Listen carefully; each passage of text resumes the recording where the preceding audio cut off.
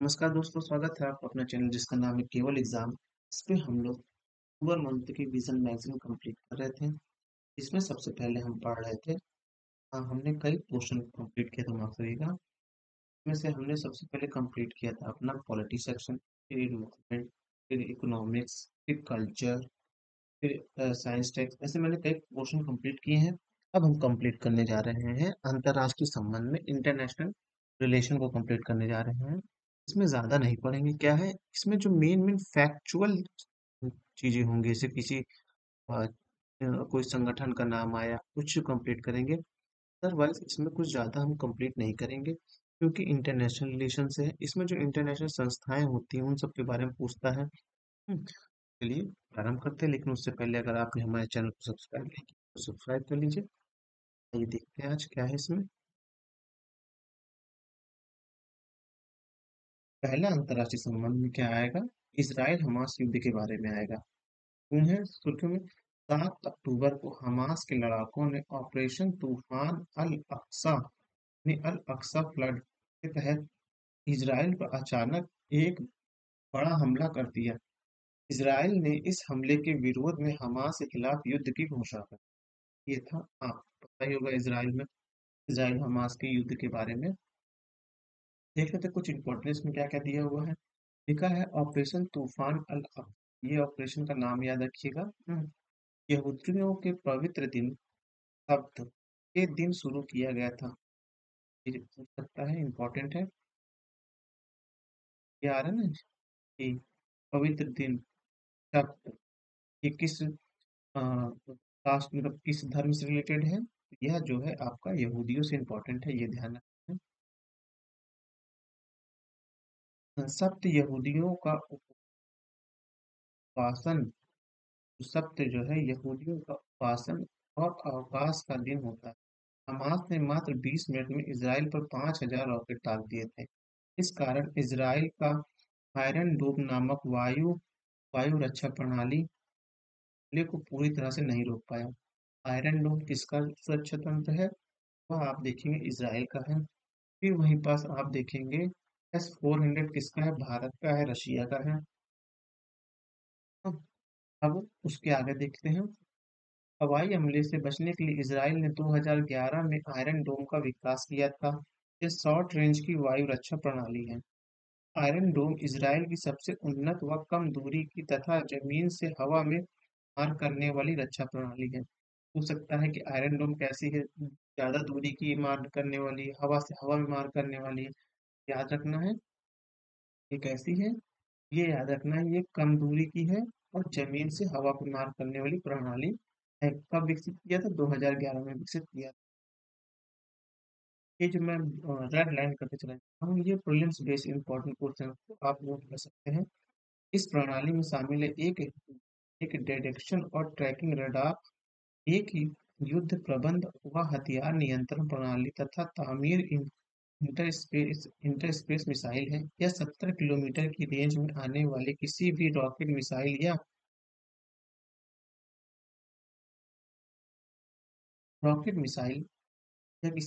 Missile या मानव रहित विमान को ट्रैक कर उसे ये नष्ट कर सकती है। इसराइल ने अपने ऊपर इस हमले के जवाब में गाजा पट्टी में हमासों के लड़ाकों के खिलाफ ऑपरेशन तो, अ, आयरन स्वॉर्ड शुरू किया है। ये इम्पोर्टेंट है कि आयरन स्वॉर्ड क्या है। वो एक कहते हैं इसराइल ने जो कहते हैं हमासों को खत्म करने के लिए ऑपरेशन शुरू किया, वो उसका नाम है। अब इस युद्ध के बीच भारत ने इजराइल में फंसने वाले नागरिकों को सुरक्षित निकालने के लिए ऑपरेशन अजय संचालित किया है। अब इसमें जो इम्पोर्टेंट आ रहा है वो इसी परीक्षाओं में जो आता है, भारत ने इजराइल से निकालने के लिए फंसे नागरिकों को निकालने कौन सा ऑपरेशन चलाया? ऑपरेशन अजय चलाया है, याद रखना है। ठीक, अब हम देखने जा रहे हैं इसके आगे। अब जो बेसिक कॉन्सेप्ट के रूप में आएगी, हमास क्या है, इसराइल क्या है, इस वक्त में कॉन्फ्लिक्ट कैसा हो रहा है, उसके बारे में ये सब दिया हुआ है। बहुत लंबा है तो हम नहीं देखेंगे, लेकिन जो बॉक्स में दिया है वो देख लेंगे। अब फिलिस्तीन में मौजूदा अन्य संगठन कौन कौन से हैं? देखिए हमास हमास तो बहुत समझना है, लेकिन ये जो अन्य संगठन इसके में एक नाम भी जानना बहुत ज़रूरी हो सकता है ये कुछ पेपर में अब है फतह। क्योंकि यूपीएससी ऐसे ही क्वेश्चन पूछती है, मेन क्वेश्चन को नहीं पूछे, उसके इर्द-गिर्द की जो घटनाएँ हैं, जो और लोग हैं, उनके बारे में पूछना ज़्यादा पसंद फतह सॉरी। एक धर्मनिरपेक्ष राष्ट्रवादी संगठन है। इसका गठन 1948 में इजराइल अरब युद्ध के बाद 1950 के अंत में कुवैत में किया गया था। इस संगठन का प्रमुख संस्थापक यासिर अराफात थे। इसका उद्देश्य इजराइल के खिलाफ सशस्त्र संघर्ष के जरिए फिलिस्तीन को मुक्त कराना था। फिलिस्तीन मुक्ति संगठन 1964 में काहिरा यानी मिस्र में आयोजित अरब लीग शिखर सम्मेलन की परिकल्पना की गई थी। इस संगठन का एकमात्र लक्ष्य सशस्त्र संघर्ष के जरिए फिलिस्तीन को मुक्त करना था। फिलिस्तीन मुक्ति संगठन अरब लीग और संयुक्त राष्ट्र महासभा के आधिकारिक तौर पर फिलिस्तीनी लोगों के एकमात्र वैध प्रतिनिधित्व के रूप में मान्यता दी गई है। यासिर अराफात के नेतृत्व में 1967 ईस्वी में अरब-इजराइल युद्ध के बाद फतह में एक मुख्य दल बनाया गया था। 1990 के दशक की शुरुआत में फतह के नेतृत्व वाले फिलिस्तीन क्या है ये देख लेते हैं। फिलिस्तीन कहते हैं मुक्ति संगठन, फिलिस्तीन लिबरेशन ऑर्गेनाइजेशन, इसको हम पीएलओ पढ़ रहे हैं, इसको पीएलओ ही पढ़ेंगे। कहते हैं फिलिस्तीन लिबरेशन ऑर्गेनाइजेशन, थोड़ा लंबा हो जाता है। ये आधिकारिक तौर पर घोषणा की कि वे आने वाले सशस्त्र प्रतिरोध को त्याग देगा, साथ ही वार्ता के माध्यम से टू स्टेट समाधान को लागू करने का प्रयास करेगा। इन्हीं घटनाओं के कारण हमास का उदय हुआ। हमास का उदय किस लिए हुआ? हमास का उदय तब हुआ जब फिलिस्तीन लिबरेशन ऑर्गेनाइजेशन ने टू स्टेट की मान्यता तक की वार्तालाप स्टार्ट की थी। तभी से उसमें से कुछ लोग ऐसे होंगे जो इस चीज की मान्यता नहीं दे रहे होंगे, उन्होंने अपना एक नया ग्रुप बना लिया, तो उसका नाम था हम। राष्ट्रीय फिलिस्तीन अथॉरिटी ने ओस्लो समझौते के तहत जुलाई 1994 में फिलिस्तीन अथॉरिटी की स्थापना की गई। इसे गाजा और वेस्ट बैंक यानी कि पूर्वी यरूशलेम को छोड़कर कुछ हिस्से तक सीमित स्वायत्तता के लिए एक अंतरिम निकाय के रूप में गठित किया गया था। इसे तब तक कार्य करना था जब तक इजराइल-फिलिस्तीन संघर्ष का आपसी सहमति से पूर्ण समाधान नहीं हो जाता। ओस्लो समझौता देख लेते क्या है। ये समझौता थोड़ा याद रखना है और चर्चा में है। तो समझौता फिलिस्तीन लिबरेशन ऑर्गेनाइजेशन और इजराइल सरकार के बीच हुआ था। यानी कि ओस्लो समझौता किसके बीच हुआ था? ये पीएलओ और इजराइल सरकार के बीच हुआ था। इस समझौते का लक्ष्य टू स्टेट समाधान को अमल में लाकर दशकों से संघर्ष को समाप्त करना। बस ये याद रखिए ओस्लो समझौता क्या था। इम्पोर्टेंट ओस्लो समझौता क्या था, ये मैं जो मार्क दे रहा हूँ। इजराइल और फिलिस्तीन लिबरेशन ऑर्गेनाइजेशन के मध्य टू स्टेट समझौता, ओस्लो समझौता। फिलिस्तीन अथॉरिटी ने पीएलओ की एक एजेंसी के रूप में कार्य करती थी। उल्लेखनीय है कि पीएलओ अंतर्राष्ट्रीय निकायों में फिलिस्तीन का प्रतिनिधित्व करता था। का नेतृत्व प्रत्यक्ष तौर पर निर्वाचन प्रेसिडेंट्स द्वारा किया जाता था, जो एक प्रधानमंत्री की नियुक्ति करता था। और सरकार प्रधानमंत्री और सरकार को निर्वाचित विधान परिषद को समाप्त होने की आवश्यकता है। वर्तमान में फिलिस्तीन अथॉरिटी वेस्ट बैंक के कुछ हिस्सों को नियंत्रित करती है और और इसके प्रमुख महमूद अब्बास हैं। महमूद अब्बास पीएलओ और फतह के मुख्य रूप से कार्य कर रहे हैं। अब ये हमास क्या है, इसके बारे में देख लेते हैं। हमास या इजरायली इस्लामिक स्टेट मूवमेंट की स्थापना 1987 में हुई थी। यह गाजा, वेस्ट बैंक और पूर्वी यरूशलेम पर इजराइल के कब्जे का विरोध करने के लिए शुरू हुई एक इंतिफादा यानी कि फिलिस्तीनी विद्रोह के परिणामस्वरूप शुरू हुआ था। 2005 में इजराइल सैन्य व असैन्य दोनों स्तरों पर गाजा से बाहर निकल निकल गया था। इजराइल के हटने के तुरंत बाद ही हमास गाजा की वास्तविक प्रतिनिधित्व प्राधिकरण बन गया। हमास इजराइल की मान्यता नहीं देता है, हमास ने इजराइल को मान्यता नहीं देता है। यह संगठन इजराइल के खिलाफ सशस्त्र विद्रोह और इजराइल के स्थान पर एक इस्लामिक फिलिस्तीन राष्ट्र के निर्माण का प्रतिबद्ध है। संयुक्त राज्य अमेरिका, यूरोपीय संघ और इजराइल आदि ने हमास को एक आतंकवादी संगठन घोषित किया है। इजराइल फिलिस्तीन संघर्ष की पृष्ठभूमि वर्तमान में जारी युद्ध के मूल कारण 75 साल पहले इजराइल राष्ट्र के निर्माण से पहले से ही मौजूद है। उल्लेखनीय है कि भूमि जिस भाग पर इजराइल राष्ट्र का निर्माण हुआ है, फिलिस्तीनी भी उसी भूमि पर मातृभूमि में दावा करते हैं। फिलिस्तीनी यानी कि अरब और इजराइल यानी यहूदी यदि समान रूप से जॉर्डन नदी और एवं भूमध्य रेखा के बीच के क्षेत्र को अपना दावा करते हैं। इस संघर्ष का केंद्र बिंदु यरूशलेम शहर है। यरूशलेम शहर तीन मुख्य इब्राहिम धर्म यहूदी, इस्लाम और ईसाई के अत्यंत महत्व रखता है। यरूशलेम शहर में मौजूदा विवाद स्थल अल अक्सा मस्जिद यह यह इस्लाम धर्म की तीसरी सबसे पवित्र स्थल माना जाता है। यह वह स्थान है जहाँ पैगंबर मोहम्मद जन्नत गए थे। और दूसरा देखेंगे पश्चिमी दीवार। यह सबसे पवित्र यहूदी स्थल है। यह उस पवित्र परिसर के निकट स्थित है जो यहूदी टेम्पल माउंट कहते हैं। चर्च ऑफ द होली सेपलर यह चर्च ईसाई धार्मिक मान्यताओं के केंद्र है। कई ईसाइयों का मानना है कि यह चर्च उन स्थानों को इंगित करते हैं जहाँ जहाँ यीशु को क्रॉस पर चढ़ाया गया था और वे पुनर्जीवित हुए थे।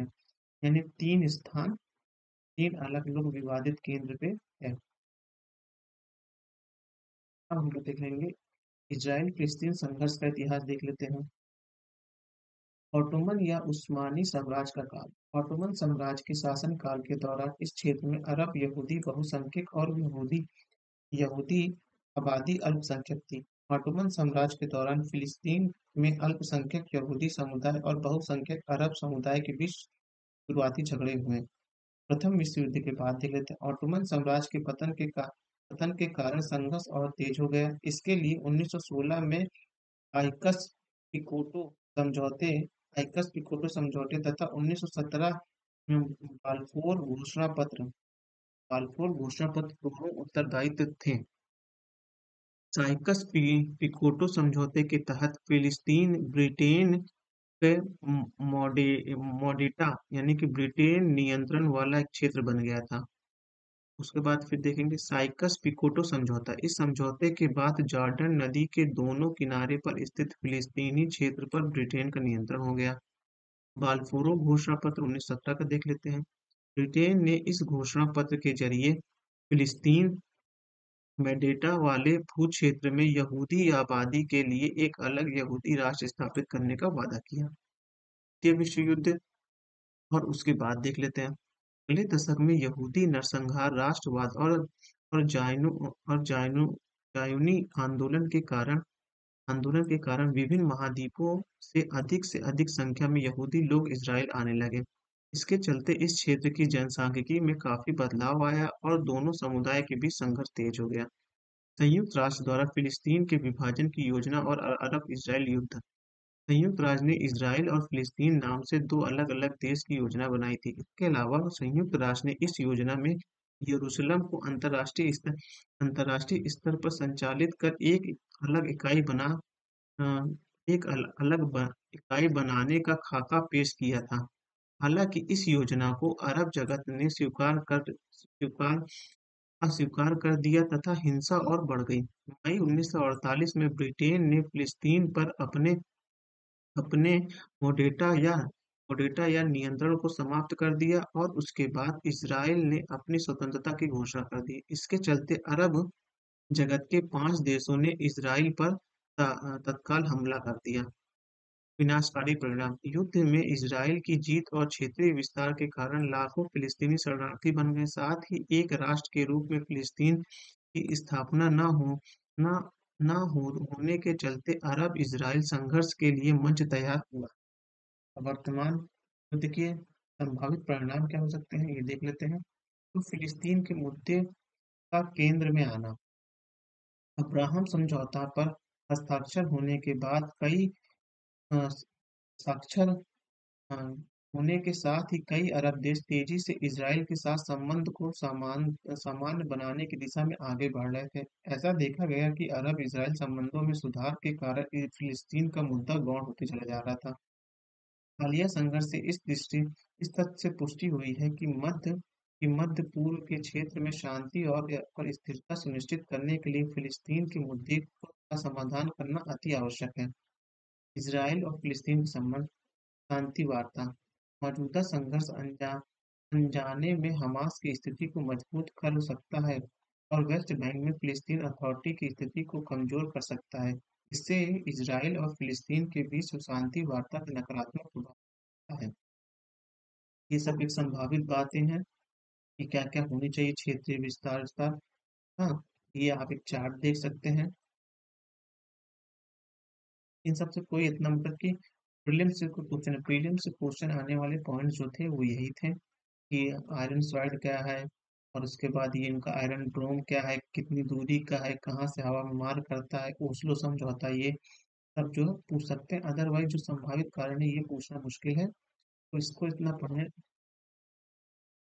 ये भारत का रुख, ये सब ये देखिए, ये मेन से इम्पोर्टेंट, जब आप मेंस लिखेंगे उसमें इम्पोर्टेंट आएगा।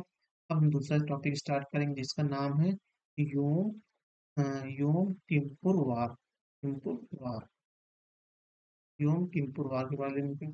हाल ही में हमास ने चौथे अरब इसराइल युद्ध 1973 की 50वीं वर्षगांठ पर इसराइल पर हमला किया। गौरतलब है कि चौथे अरब इसराइल युद्ध को योम योम किपुर युद्ध के नाम से भी जाना जाता है।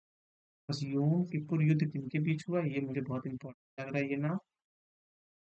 पता नहीं क्यों बहुत इंपॉर्टेंट लग रहा है कि क्योंकि कोई उधर इस नाम से कुछ भी नहीं पुकार रहा है। तो इतिहास का नाम है ये योम किपुर युद्ध, किसके बीच, इसराइल और अरब के बीच हुआ था।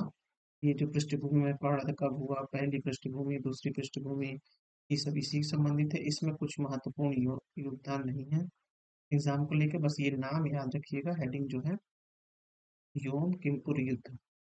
तीसरा टॉपिक देखेंगे, वह है भारत कनाडा संबंध। अभी आपने देखा होगा कनाडा में लेके बहुत विवाद चल रहा था, कनाडा में लोगों को मारा गया, भारतीय लोगों को मारा गया, कनाडा से भारत के संबंध भी दिन ब दिन खराब होते चले जा रहे हैं। ये उसी के ऊपर आया हुआ टॉपिक है। हाल ही में देखते हैं, हाल ही में कनाडा ने दावा किया है कि उसकी धरती पर खालिस्तान समर्थक एक अलगाववादी नेता की हत्या में भारतीय एजेंट शामिल है। कनाडा सरकार ने इस दावे के कारण दोनों देशों के बीच राजनीतिक तनाव पैदा हो गए हैं। हाँ, ये हो गया। अब ये सबसे इम्पोर्टेंट है, फाइव आइज इंटेलिजेंट अलायंस। ये बहुत ही इम्पोर्टेंट ग्रुप है, याद रखिएगा। ये पश्चिमी देशों का बहुत इंपॉर्टेंट ग्रुप, इसके बारे में पूछ सकता है। यह एक खुफिया संगठन है, इसमें संयुक्त राज्य अमेरिका, ब्रिटेन, ऑस्ट्रेलिया, कनाडा और न्यूजीलैंड शामिल है। कौन कौन से? संयुक्त राज्य अमेरिका, फिर ब्रिटेन, ऑस्ट्रेलिया, कनाडा और न्यूजीलैंड। एक रफली मैप में देखते हैं, मान लीजिए पूरे दुनिया का मैप ये मान लें। तो इसमें कौन कौन से देश है? यहाँ आएगा आपका सॉरी अमेरिका, फिर इसके ऊपर आएगा कनाडा, फिर यहाँ आएगा आपका ब्रिटेन, फिर यहाँ आएगा ऑस्ट्रेलिया, फिर यहाँ आएंगे न्यूजीलैंड। ये जो पांच लोग हैं ना, इन्हें फाइव आइज कहा जाता है। ये एक खुफिया संगठन है। कौन कौन से? आप देखेंगे, यूएसए, कनाडा, ब्रिटेन, ऑस्ट्रेलिया और इसके बाद आएगा फिलिस्तीन। सब कर देते हैं। ये रफली मैप बना के दिमाग में याद रखने के लिए एक बात। फाइव आइज की स्थापना द्वितीय विश्व युद्ध के बाद 1946 में Britain US communication intelligence agreement के तहत की गई थी। बाद में पीआर यूएसए को United kingdom United state communication intelligence act के नाम से जाना जाता था। इस समझौते का उद्देश्य सिग्नल इंटेलिजेंस साझा करना है। Five eyes intelligent oversight and review council के सदस्य देशों की गैर राजनीतिक खुफिया निगरानी, समीक्षा और सुरक्षा संबंधित संस्थाएं शामिल हैं। अब ये हो गया। अब इसमें मुझे कुछ इम्पोर्टेंट, वियतनाम के बारे भी इंटरनेशनल रिलेशन है, सब में कुछ देखना नहीं है। अब देखेंगे भारत और दक्षिण कोरिया के बारे में। 2023 में भारत और दक्षिण कोरिया ने अपने राजनीतिक संबंधों की 50वीं वर्षगांठ मनाई है। भारत दक्षिण कोरिया संबंधों के बारे में तो सबसे इम्पोर्टेंट क्या लग रहा है आपको? 50 वर्ष। तो ये थोड़ा इम्पोर्टेंट हो जाता है, भारत दक्षिण कोरिया के संबंध के बारे में 50 वर्ष के हैं तो प्रीलिम्स से क्वेश्चन बनने की संभावना है। संबंध संबंधित सभ्यता संबंधित जुड़ाव 13वीं शताब्दी के एक ग्रंथ सैम गुक यूमा the heritage history of the kingdom के अनुसार 48वीं ईस्वी में अयोध्या की राजकुमारी सुग्रीव ने कोरिया के राजा किम सुरो से शादी की थी। बस यही है। हाँ, इससे ज्यादा इम्पोर्टेंट इसमें कुछ नहीं मुझे लग रहा है, लेकिन मैंने पढ़ा नहीं कि इससे प्रश्न आएगा नहीं। अब भारत मालदीव के बारे में देख लेते हैं। मालदीव में नवनिर्वाचित राष्ट्रपति ने भारत से अपील की है कि वह इस द्वीपीय देश के मौजूदा भारतीय सैनिकों को हटा ले। ये अपील उनके चुनाव पूर्व आयोजित कहते हैं इंडियन आउट कैंप के लिए किए गए वादे के अनुसार है। अब देखेंगे ये मालदीव की स्थिति भारत में। मालदीव के बारे में थोड़ा देख लेते हैं। हाँ, उत्तरी हिंद महासागर में अवस्थित मालदीव भारतीय सैन्यों के युद्धपोत द्वारा गश्त लगाए जाने वाले क्षेत्र के निकट अवस्थित है, क्योंकि 200 नॉटिकल माइल तक होता है और इसमें ये मालदीव क्रैश करता है, तो इसलिए इसे बोल रहा है। यह भारत के मिनिकॉय द्वीप से मात्र 70 समुद्री मील और भारत के पश्चिमी घाट से 300 समुद्री मील दूर स्थित है। हाँ, ये मालदीव। अब मालदीव में भारत चीन के बदलते भू राजनीतिक समीकरण देख लेते हैं। 2018 से 13 में सौहार्दपूर्ण शुरुआत हुई। 2008 में देखेंगे आप, 2008 में मालदीव ने पहली लोकतांत्रिक सरकार चुनी थी। भारत के साथ बढ़ते सुरक्षा सहयोग पर आधारित मैत्रीपूर्ण संबंध की शुरुआत हुई। इस शुरुआत सहयोग में समुद्री टोही और निगरानी के लिए किए जाने वाले डोनियर विमान व गश्ती नौकाएं प्रदान की गई थी। अब है 2013 से 18 में तनावपूर्ण संबंध। हाँ, पीपीएम एक राजनीतिक दल के में चुनाव जीतने और निर्वाचित राष्ट्रपति अब्दुल यामीन ने लोकतंत्र पर नकेल कसने, चीन की बढ़ती निकटता और घरेलू राजनीतिक उद्देश्यों के लिए भारतीय विरोध बयानबाजी का इस्तेमाल किया। इस दौरान मालदीव चीन मुक्त व्यापार समझौते पर भी हस्ताक्षर किए गए। 2018 से 23 के संबंध देख लेते हैं। एमडीपी एक राजनीतिक दल में चुनाव जीतने के बाद इंडिया इंडिया फर्स्ट की नीति लागू की। इसमें मालदीव ने चीन के निवेश से संबंधित भारतीय चिंताओं को दूर करते हुए भारत के साथ आर्थिक और रक्षा सहयोग पर जोर दिया। इस नीति का उद्देश्य दोनों देशों के बीच तनाव संबंध को सुधारना था। अब इसमें मुझे कुछ और इम्पोर्टेंट नहीं दिख रहा है। मालदीव का महत्व आती है, प्रीलिम्स के इम्पोर्टेंस से नहीं आएगा, मेंस के इम्पोर्टेंस से आएगा, तो उसको आप एक बार देख सकते हैं, पीडीएफ डाउनलोड करके उसमें से पढ़ सकते हैं। लेकिन प्रीलिम्स पर प्रेस्टीज से जितने क्वेश्चन है वो मैं पहले फोकस करूंगा अपने चैनल पे, क्योंकि प्रीलिम्स ज़्यादा इंपॉर्टेंट था। मेंस में क्या होता है, जब मेंस की 365 आती है तो उससे आप कंप्लीट कर सकते हैं। इन प्रीलिम्स के लिए जो फैक्ट निकालना वो ज़्यादा जरूरी होता है। अब है संयुक्त राष्ट्र मानवाधिकार परिषद के बारे में। इसके बारे में देख लेते हैं। हाल ही में संयुक्त राष्ट्र महासभा ने मानवाधिकार परिषद के लिए 15 नए सदस्य देशों के चुनाव किए हैं। साथ ही ह्यूमन राइट कमीशन में फिर से शामिल होने के रूप के रूस के प्रस्ताव को अस्वीकार कर दिया है। मानवाधिकार परिषद के बारे में देख लेते हैं। ह्यूमन राइट काउंसिल के बारे में देखते हैं। संयुक्त राष्ट्र महासभा द्वारा 47 सदस्य देशों को 3 वर्ष के लिए चुना जाता है। यानी कि संयुक्त राष्ट्र महासभा द्वारा 43 सदस्य देशों को 3 वर्ष के लिए चुना जाता है। 13 देश अफ्रीकी महाद्वीप से होते हैं। 13 देखेंगे एशिया प्रशांत क्षेत्र से होते हैं। 6 पूर्वी यूरोप से, 8 लैटिन अमेरिका और कैरिबियाई क्षेत्रों से, और 7 होते हैं पश्चिमी यूरोप और अन्य से। अब इंस्टीट्यूट बिल्डिंग पैकेज क्या है रेजुलेशन 511 देख लेते हैं। सार्वभौमिक अ, सार्वभौमिक आवधिक समीक्षा यूपीआर क्या होता है? यूपीआर वर्किंग ग्रुप परिषद के 47 सदस्य से बनता है। और विशेष प्रक्रिया क्या होती है? 3 साल के कार्यकाल के लिए निर्वाचित स्वतंत्र मानवाधिकार विशेषज्ञ होते हैं। सलाहकार समिति देख लेते हैं। 3 साल की कार्यकाल के लिए निर्वाचित विशेषज्ञों का एक थिंक टैंक है। शिकायत प्रक्रिया मानवाधिकार के गंभीर उल्लंघन को शिकायत की जांच करना है। संबंधित देख लेते हैं इस काउंसिल के बारे में। नव निर्वाचित 15 सदस्यों का कार्यकाल 2024 से लेकर 26 तक रहेगा, क्योंकि 3 साल का ही होता है। तो 2024 एक, 25 दो, 26 तीन। इन इन देशों का चयन अलग अलग क्षेत्रों द्वारा किए गए गुप्त मतदान के आधार पर किया जाता है। इसके गुप्त मतदान मानवाधिकार परिषद में नव निर्वाचित होने के लिए एक देश से कम 97 वोटों की आवश्यकता होती है। इस निर्वाचन प्रक्रिया में अल्बानिया और बुल्गारिया यानी दो सीटों के लिए के साथ प्रतिस्पर्धा में था। ये दो सीटें पूर्वी यूरोपीय क्षेत्रीय समूह का प्रतिनिधित्व करते हैं। गौरतलब है कि यूक्रेन पर आक्रमण करने के बाद रूस को United Nation Human Right Commission से बाहर कर दिया गया था। अन्य क्षेत्रीय समूह के तहत निर्वाचित होने वाले देश हैं चीन, Japan, Kuwait, Burundi, France, Cuba और Brazil. United Nation Human Right Commission से जुड़े कुछ अन्य तथ्य देख लेते हैं। इसका मुख्यालय जिनेवा में है। यूएनएचआरसी को संयुक्त राष्ट्र के तहत अंतर सरकारी निकाय के रूप में स्थापित किया गया है।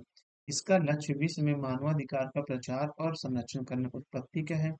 इसका गठन 2006 में किया गया था। इसे संयुक्त राष्ट्र महासभा में ह्यूमन राइट कमीशन के एक सहायक अंग के रूप में गठित किया गया था।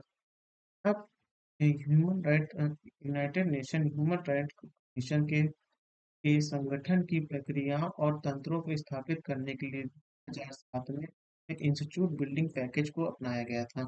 अब ये हमने इसके संगठन के बारे में पढ़ लिया था। अब देखते हैं नेक्स्ट टॉपिक, दक्षिणी चीन सागर के बारे में देख लेते हैं। फिलीपींस ने दक्षिणी चीन सागर फिलीपींस ने दक्षिणी चीन सागर में एक विवादित क्षेत्र में चीन द्वारा लगाए गए फ्लोटिंग बैरियर को हटा दिया है। यानी कि फिलीपींस ने दक्षिणी चीन सागर में एक विवादित क्षेत्र में चीन द्वारा लगाए गए फ्लोटिंग बैरियर को हटा दिया है। चीन ने ये फ्लोटिंग बैरियर लगाकर मछली पकड़ने वाली फिलीपींस की नौकाओं को विवादित क्षेत्रों में प्रवेश करने से रोका था। अब देख लेते हैं 9 डैश लाइन चीन की है, वो देख लेते हैं। यह एक यू आकार की रेखा है। इसे पहली बार 1940 के दशक में चीन द्वारा मानचित्र पर दर्शाया गया था।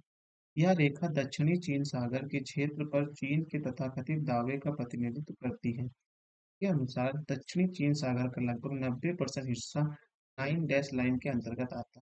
1952 तक 9 डैश लाइन को 11 डैश लाइन के रूप में जाना जाता था। चीन की कम्युनिस्ट पार्टी द्वारा टोकिन की खाड़ी याद रखिएगा, टोकिन की खाड़ी के इलेवेशन डैश लाइन से बाहर करने के बाद से इसे 9 डैश लाइन के रूप में जाना जाता है। तथ्य देख लेते हैं। इससे पहले चीन के स्कारबोरो सोलो में एक लैंगूर के पास फ्लोटिंग बैरियर स्थापित किए गए थे। चीन ने यह दावा किया था कि यह उसका क्षेत्र है, जबकि फिलिस्तीन का दावा है कि यह उसके अनन्य आर्थिक क्षेत्र का हिस्सा है। दक्षिणी चीन सागर की विवादित पृष्ठभूमि। ये पृष्ठभूमि के बारे में एग्जाम में नहीं पूछेगा। जब पूछेगा भी तो ये मेन से रिलेटेड होता है। इसको जब जब पीटी 365 मेंस 365 कंप्लीट कर लेंगे हम लोग मेंस के दौरान, तब देखेंगे इसको। अब नारगोनो काराबाग क्षेत्र नारगोनो काराबाग क्षेत्र है, उसके बारे में देखेंगे। हाल ही में अजरबैजान के नागोर्नो काराबाख में आतंकवादी रोधी एक सैन्य अभियान शुरू कर इस क्षेत्र में पूर्ण नियंत्रण हासिल करने का दावा किया गया है। अन्य समर्थक इससे पहले 2000 दिसंबर 2022 में अजरबैजान में लाचीन कॉरिडोर को बंद कर दिया गया था। इससे नागोर्नो काराबाख पर में खाद्य पदार्थ, ईंधन और पीने के पानी सहित आवश्यक वस्तुओं की भारी कमी हो गई थी। लाचीन कॉरिडोर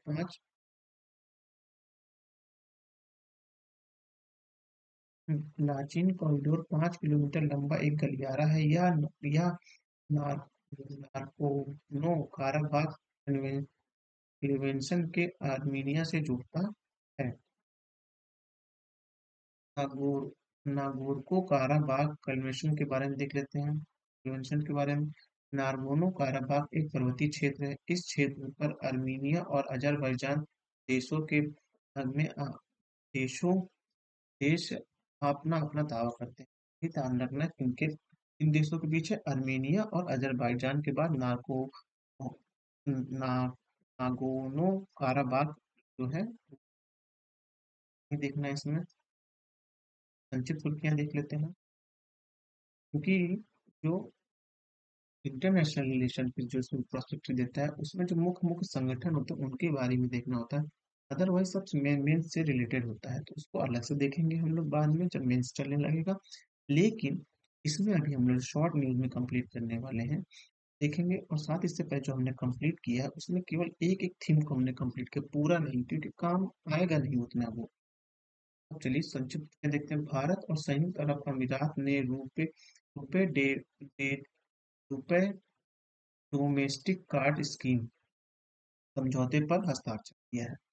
हमें बस ये याद रखना है, भारत ने किससे डेबिट कार्ड स्कीम पर हस्ताक्षर करा है, वो है भारत और संयुक्त अरब अमीरात। NPCI international payment limited limited और अल इत्तेहाद पेमेंट ने संयुक्त अरब अमीरात में डीसीएस के क्रियान्वयन में एक क्रियान्वयन के लिए एक राजनीतिक साझेदारी समझौते पर हस्ताक्षर किया है। NIPL national payment corporation of India की पूर्ण स्वायत्त वाली एक सहायक कंपनी है। एनआईपीएल अन्य देशों को लागत प्रभावी और सुरक्षित भुगतान प्रणाली स्थापित करने में सहायता प्रदान करती है। इस साझेदारी में भुगतान के विकल्प में विविधता लाने, लेन देन की कीमत को कम करने और भुगतान व्यवसाय के मामले में वैश्विक स्तर पर संयुक्त अरब अमीरात की प्रतिस्पर्धात्मक क्षमताओं को बढ़ाने में मदद की है। हाँ, संयुक्त अरब अमीरात ने डीसीए का लक्ष्य ई कॉमर्स और डिजिटल लेन देन के विकास में तेजी लाना तथा वित्तीय समावेशन को बढ़ावा देना है। साथ ही यह संयुक्त अरब अमीरात की महत्वाकांक्षी डिजिटलीकरण एजेंट के साथ तालमेल बिठाने में भी मदद करेगा। एनआईपीएल द्वारा प्रदान किए जाने वाले डीसीएस के प्रयोग रुपए स्टेक के रूप में किया जा सकता है। हाल ही में इसका प्रयोग धोखाधड़ी की निगरानी करने और उनका विश्लेषण करने जैसे मूल्य वर्धित सेवाओं के लिए एक साधन के रूप में जाना जा सकता है। राष्ट्रीय भुगतान निगम देख लेते हैं, national payment corporation of India के बारे में देख लेते हैं। एनपीसीआई के बारे में, एनपीसीआई भारत में खुदरा भुगतान और निपटान प्रणाली के संचालन के लिए एक अम्ब्रेला संगठन ऐसा है। खुदरा डिटेल्स का है ये खुदरा, ये मतलब खुदरा मूल्यों के लिए याद रखना है। उत्पत्ति के लिए यह भुगतान और निपटान प्रणाली अधिनियम 2007 के तहत आरबीआई और भारतीय बैंक संघ यानी आईबीए के पहल पर है। संरचना क्या है, यह कंपनी अधिनियम 2013 के तहत नॉट नॉट फॉर प्रॉफिट की कंपनी से पंजीकृत है। कार्य क्या है, भारत में संपूर्ण बैंकिंग प्रणाली को भौतिक और इलेक्ट्रॉनिक भुगतान के निपटान प्रणाली के लिए संरचना प्रदान करना है। प्रौद्योगिकी का उपयोग कर खुदरा खुदरा भुगतान प्रणाली में नवाचार लाना है। पीसीआई द्वारा शुरू की गई अन्य पहले क्या है, नेशनल फाइनेंशियल स्विच। पहला है नेशनल फाइनेंशियल स्विच, दूसरा है तत्काल भुगतान सेवा, आधार सक्षम भुगतान प्रणाली। फिर आप देखेंगे नेशनल ऑटोमेटिक क्लियरेंस हाउस। फिर उसके बाद है राष्ट्रीय इलेक्ट्रॉनिक टोल संग्रह। फिर है भारत बिल भुगतान प्रणाली। फिर है एकीकृत भुगतान इंटरफेस। फिर आधार पेमेंट ब्रिज। रुपए कार्ड के बारे में देख लेते हैं थोड़ा। रुपए कार्ड भारत का स्वदेशी कार्ड भुगतान नेटवर्क है। इसे एनपीसीआई द्वारा विकसित किया गया है। ये डेबिट, क्रेडिट और प्रीपेड जैसी सेवाएं प्रदान करता है। भारत में जारी किए गए कुल कार्ड्स में इसकी हिस्सेदारी 60% से अधिक है। इसे सार्वजनिक क्षेत्र, निजी क्षेत्र और स्मॉल फाइनेंस बैंक की सहायता से जारी किया जाता है। दूसरा देखेंगे अंतर्राष्ट्रीय अपराध न्यायालय, ICC, international criminal court. Armenia की संसद अर्मेनिया की संसद में अंतर्राष्ट्रीय अपराध न्यायालय न्यायालय में शामिल होने के पक्ष में मतदान किया है। देख लेते हैं इंटरनेशनल अपराध न्यायालय के बारे में देख लेते हैं। उत्पत्ति 1998 में अंतर्राष्ट्रीय आपराधिक न्यायालय पर रोम रोम संविधान द्वारा स्थापित किया गया था। आईसीसी के बारे में यह रोम अंतर्राष्ट्रीय संधि रोम विधि द्वारा शासित एक प्रकार के अंतर्राष्ट्रीय या स्थायी अंतर्राष्ट्रीय न्यायालय है। सदस्य कितने 123 देश जो है रोम संविधान के पक्षधर हैं। भारत इसका सदस्य नहीं है। याद रखिएगा भारत इसका अंतर्राष्ट्रीय आपराधिक न्यायालय का सदस्य नहीं है। संरचना देख लेते हैं क्या है। इसमें पक्षकार देशों के प्रतिनिधियों से मिलकर बनी सभा द्वारा चुने गए 18 न्यायाधीश होते हैं। इनका कार्यकाल 9 वर्ष होता है। इनकी पुनर्नियुक्ति नहीं की जा सकती है। उद्देश्य क्या है? जघन अंतर्राष्ट्रीय अपराध जैसे नरसंहार, मानवता के खिलाफ अपराध, युद्ध अपराध और आक्रामकता के आरोपी व्यक्तियों की जांच करना और उन पर मुकदमा चलाना। अन्य मुख्य जानकारी के इसके निर्णय अंतिम होते हैं और संबंधित पक्षकारों पर बाध्यकारी होते हैं। उनके विरुद्ध दोबारा अपील नहीं की जा सकती है। सुनवाई के दौरान विवादित मामले से संबंधित देश की न्यायालय के में समक्ष उपस्थित हो सकते हैं। क्योंकि इनका फैसला बाध्यकारी है, इसलिए भारत इसका सदस्य नहीं है। हम देखते हैं व्यापक परमाणु परीक्षण प्रतिबंध संधि के बारे में, यानी सीटीबीटी के बारे में देख लेते हैं। Comprehensive nuclear test ban treaties के बारे में। रूस ने सीटीबीटी में अपने अणुसमर्थन को रद्द करने के संकेत दिए हैं। रूस का तर्क है कि सीटीबीटी के अणु समर्थन से पीछे हटने का उद्देश्य रूस को यूएसए के साथ समान स्तर पर लाना है। दरअसल यूएसए ने इस समझौते पर हस्ताक्षर तो किए हैं, किंतु अभी तक इसका अनुसमर्थन नहीं किया है।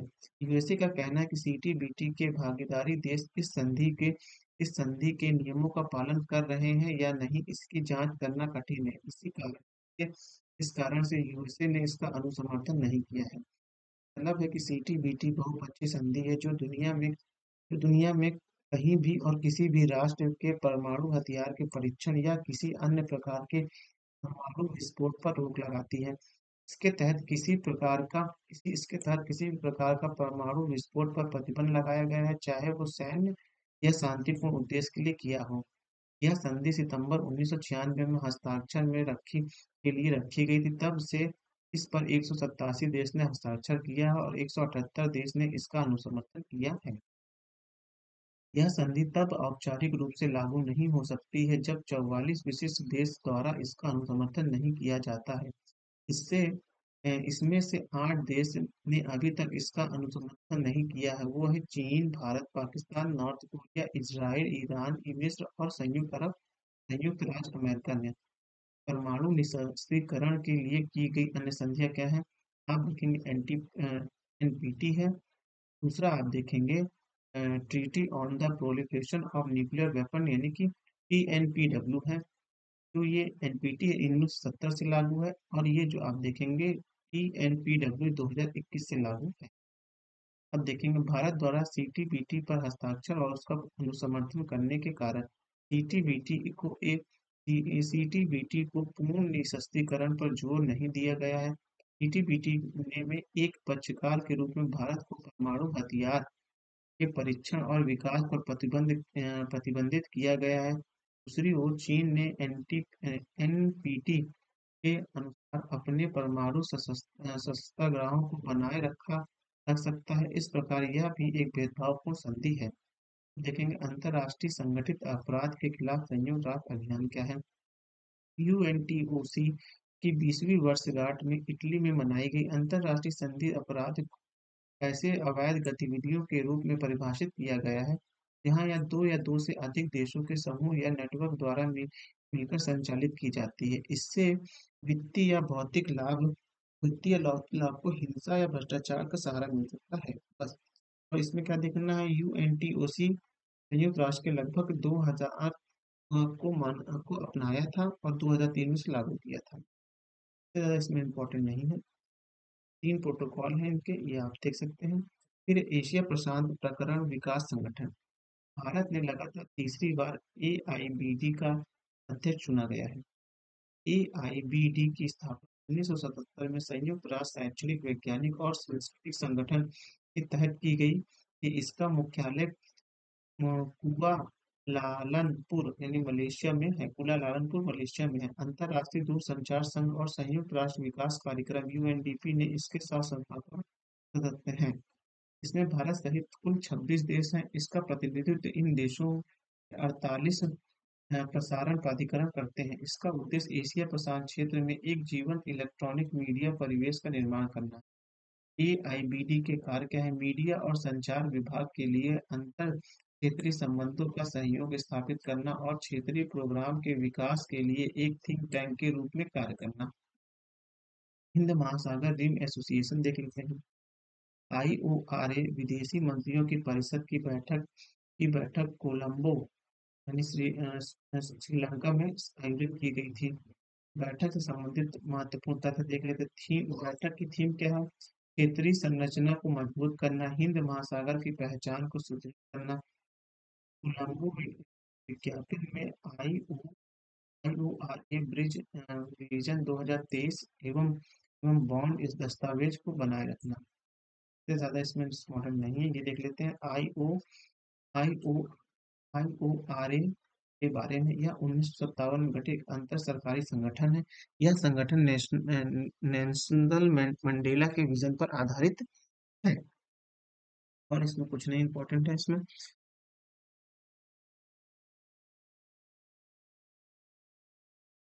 अब देखेंगे अंतर संसदीय मंच। भारतीय संसद ने नई दिल्ली में 9वें P20 शिखर सम्मेलन की मेजबानी की है। इसकी मेजबानी आईपीयू के सहयोग से होती है। P20 शिखर सम्मेलन वैश्विक मुद्दों पर चर्चा करने वाले G20 देशों के संसद को अध्यक्षता स्पीकर का एक वार्षिक सभा है। अब इसमें देखेंगे हम देखेंगे इसमें क्या हो रहा है। उसके फिर देखेंगे अंतर संसदीय मंच देखेंगे। उत्पत्ति में क्या देखेंगे, इसे इसे 1889 के संसद के एक लघु समूह के रूप में स्थापित किया गया था। आईपीयू के बारे में, यह विभिन्न देशों की संसदों द्वारा एक वैश्विक संगठन है। इसका मुख्य कार्य क्या होता है, संसदीय कूटनीति को सुविधाजनक बनाना। अब सदस्य कहते हैं 179 सदस्य और 14 एसोसिएटेड सदस्य है। क्या भारत इसका सदस्य है? हाँ, भारत इसका सदस्य है। उद्देश्य क्या है, लोकतंत्र के लिए संसदीय प्रणाली को बनाए रखना तथा साथ ही सभी के लिए प्रभावी, समावेशी, लचीलेपन और नवोन्मेषी संसद का निर्माण करना है। इस तरह से हमारा जो ये इंटरनेशनल रिलेशन था ये कंप्लीट हो गया है। अब हम देखेंगे उसके बाद अपना, हमने राज्य व्यवस्था कंप्लीट कर ली, इंटरनेशनल संबंध कंप्लीट कर लिए, अर्थव्यवस्था कंप्लीट कर ली है हमने। अर्थव्यवस्था के साथ हमने सुरक्षा हमारा बाकी है। हमने पर्यावरण कंप्लीट कर लिया है, सामाजिक मुद्दे कंप्लीट कर लिए हैं, विज्ञान प्रौद्योगिकी में कंप्लीट कर ली है। विज्ञान और प्रौद्योगिकी के बाद हमने कल्चर भी कर लिया है। अब ये नीति शास्त्र का एक विषय है, इसको देखेंगे अगर हमको कंप्लीट करना होगा। नहीं तो अब हम उसके बाद देखेंगे, हाँ, सुर्खियों में रही प्रमुख योजना के बारे में देखेंगे। फिर प्रधानमंत्री स्टेट वेंडर आत्मनिर्भर निधि यानी पीएम स्वनिधि योजना के बारे में देखेंगे। ये इंपॉर्टेंट रह गया एक। और उसके बाद सुरक्षा देखेंगे। अगर इसमें बहुत कुछ इंपॉर्टेंट रहेगा, पहले मैं उसको पढ़ लूँ, ये दोनों टॉपिक मैं पहले पढ़ लूंगा, देख लूंगा क्या है। अगर कुछ इसमें बहुत इंपॉर्टेंट रहा ये मैं सब, अदरवाइज ये जो हमने विजन मैगजीन अक्टूबर मंथ की कंप्लीट कर रहे थे ये पूरी हो गई है। अब हम नेक्स्ट मंथ से नवंबर मंथ की मैगजीन को कंप्लीट करेंगे। कि अगर आपको हमारा एक काम पसंद आ रहा है तो हमारे चैनल को सब्सक्राइब करिए, वीडियो को लाइक करिए और सुझाव देने के लिए कमेंट करिए। हमने यह पूरी मैगजीन इसलिए कंप्लीट की है ताकि हम अक्टूबर मंथ में आए हुए जितने भी बेसिक थे उसको हमने देख लिया है। अब मैं कोशिश करूँ कि मैं जितना ये कुछ लिखा हुआ है, इन सबका एक-एक, दो-दो लाइन में प्रीलिम्स फैक्ट से लेके जैसे पीटी 365 आती है, उस तरह का मैं एक नोट्स बनाऊँगा, वो हैंड नोट्स होंगे। अगर मैं टाइप कर सका तो टाइप होगा, टाइप करके उसके शॉर्ट नो वीडियो बना दूँगा 2 ढाई का। अगर अगर टाइप नहीं हुआ तो मैं जो हाथ से अपने लिख कर उसकी पीपीटी बना सॉरी उसका पीडीएफ में उसको मैं एक बार रीड कर दूँगा, उसको बता दूँगा कि इसमें क्या-क्या इम्पोर्टेंट है। जैसे अभी मैंने कहते हैं इंटरनेशनल रिलेशन पढ़ा, इसमें जो-जो इम्पोर्टेंट था मैंने वो जो रेड मार्क किया था उसके बारे में लिखूँगा, अदरवाइज़ नहीं लिखूँगा। उसके बाद ऐसे करके पूरे एक वीडियो, पूरे एक मैगज़ीन को वो छोटे से पेज मतलब कि मुश्किल से 10 से 12 पेज में कंप्लीट कर दूँगा। इससे आपको प्रीलिम्स के टाइम जो रिवीजन रहेगा वो क्विक रिवीजन हो पाए। चलिए, अगली वीडियो में मिलते हैं। धन्यवाद।